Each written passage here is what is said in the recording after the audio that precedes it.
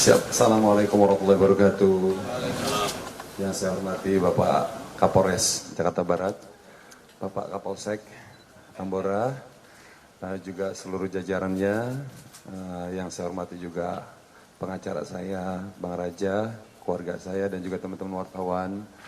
Terima kasih atas kehadirannya. Ya, hari ini saya ingin memberikan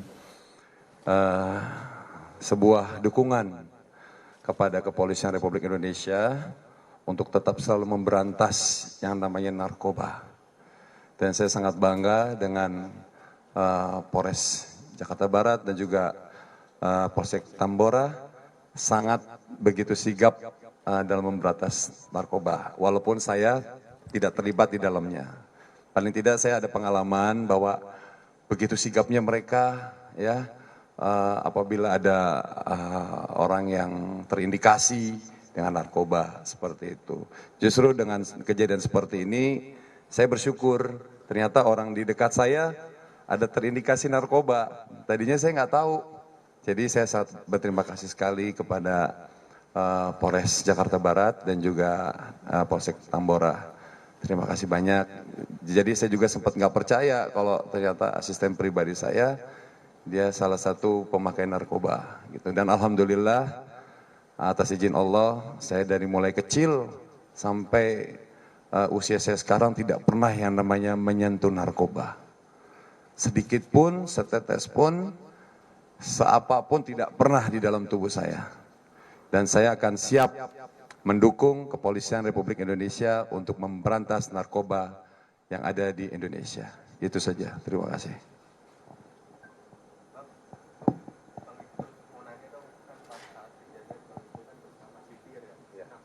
Mungkin bisa diceritain kenapa Bang Ipul tetap melaju ke jalan?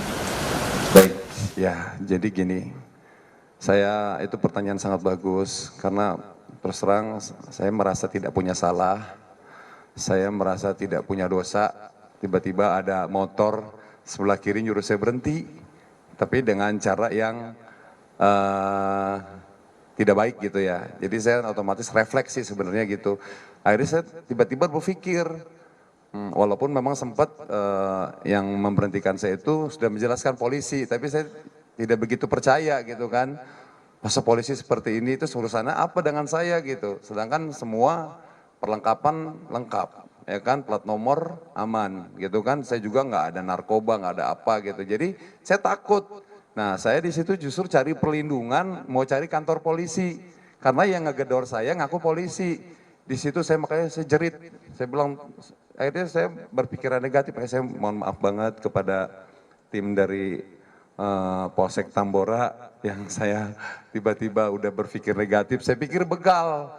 Makanya saya teriak-teriak, begal, tolong ini Saiful Jamil. Saya sampai teriak begitu, meyakinkan masyarakat bahwa saya benar-benar dalam keadaan lagi apa namanya, ya lagi minta tolong gitu. Itu aja sih mungkin salah satu alasan saya kenapa saya terus melaju, karena saya lagi mau cari kantor polisi. Saking takutnya, padahal saya ingat gitu bahwa di ujung jalan tuh ada Polres yang begitu bagus, ada masjidnya, tapi begitu kondisi pada saat itu saya ngeblank gitu. Jadi saya cari perlindungan, seperti itu aja.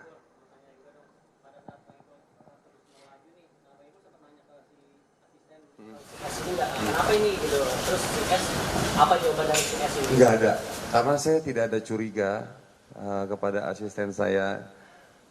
Makanya saya sempat curiganya kok asisten saya ini lama banget gitu kan. Jadi kronologinya begini teman-teman ya. Saya ini kan sore, boleh izin Kapolres di apa namanya sidang kronologi. Kronologi gini, saya ini mau meeting tadinya sore sama manajemen artis saya, ada abang saya, Bang Sam, Mary Hana, ada Citra, juga sama Bang Raja. Tiba-tiba asisten saya ini melihat waktu begitu luang, dia bilang, Bang gimana sebelum kita ke tempat meeting, ke tempat ibu saya dulu, dia bilang begitu. Ini kan ada perlengkapan di rumah nih, ada panci, ada penggorengan nggak kepake, ada pada mubazir bekarat minum buat ibu saya. Nah ngedengar kata ibu kan saya merasa terenyuh kan. Dan saya juga melihat asisten saya ini nih selama kerja sama saya ini tidak pernah mengecewakan. Dia benar-benar orang yang jujur, ya orang yang tulus. Makanya saya nggak nyangka kalau dia tuh terlibat narkoba gitu kan.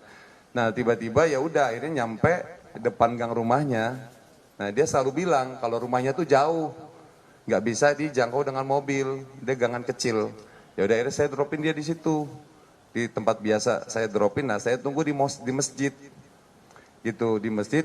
Itu jam 2 siang, jam 2 siang.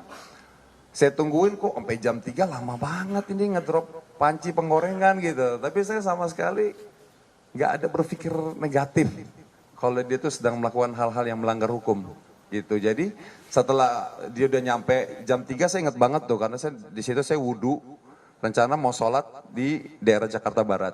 Tiba-tiba di perjalanannya itu ada teman-teman dari kepolisian yang menyuruh saya stop. Situlah kejadiannya seperti itu.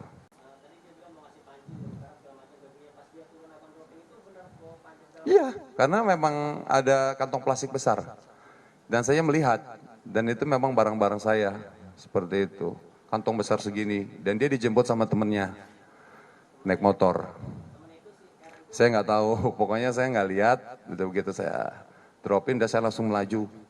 Nah, 1 jam dah, udah itu dia, udah 1 jam. Saya tungguin, ya udah saya nggak berpikiran negatif apa-apa. Ya tiba-tiba ya saya disetopin, saya bilang, kenapa ini disetop? Ya udah saya langsung berpikir, wah ini kayaknya begal nih, gitu, seperti itu. Nggak tahu, saya nggak tahu karena saya di sebelah kiri. Pokoknya saya nggak tahu kalau si asisten saya ini terlibat narkoba, nggak tahu, itu aja sih. Enggak. Saya justru fokusnya yang ngejar-ngejar gitu, begal-begal saya bilang begitu.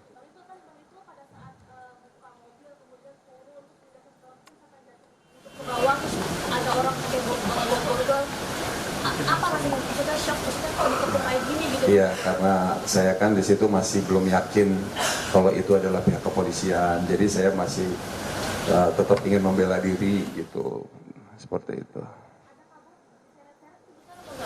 Enggak sih kayaknya, alhamdulillah enggak bisa.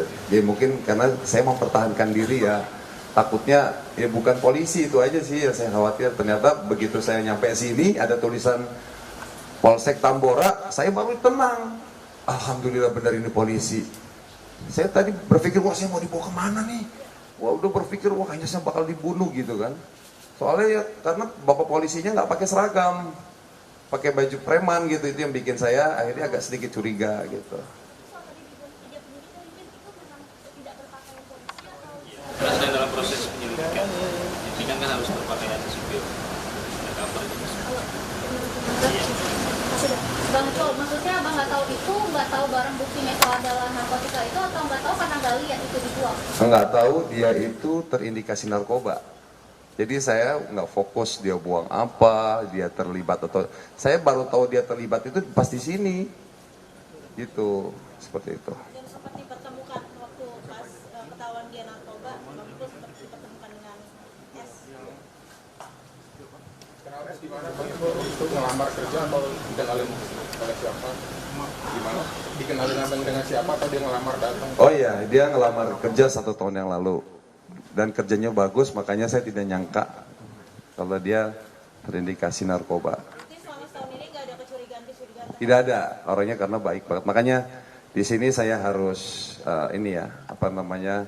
berhati-hati sekarang memilih teman, ya, memilih calon pekerja harus benar-benar selektif gitu. Karena yang saya pikir baik ya ternyata seperti ini gitu. Ini mungkin menjadi pelajaran buat saya. Udah cukup teman-teman ya, terima kasih banyak. Cukup ya?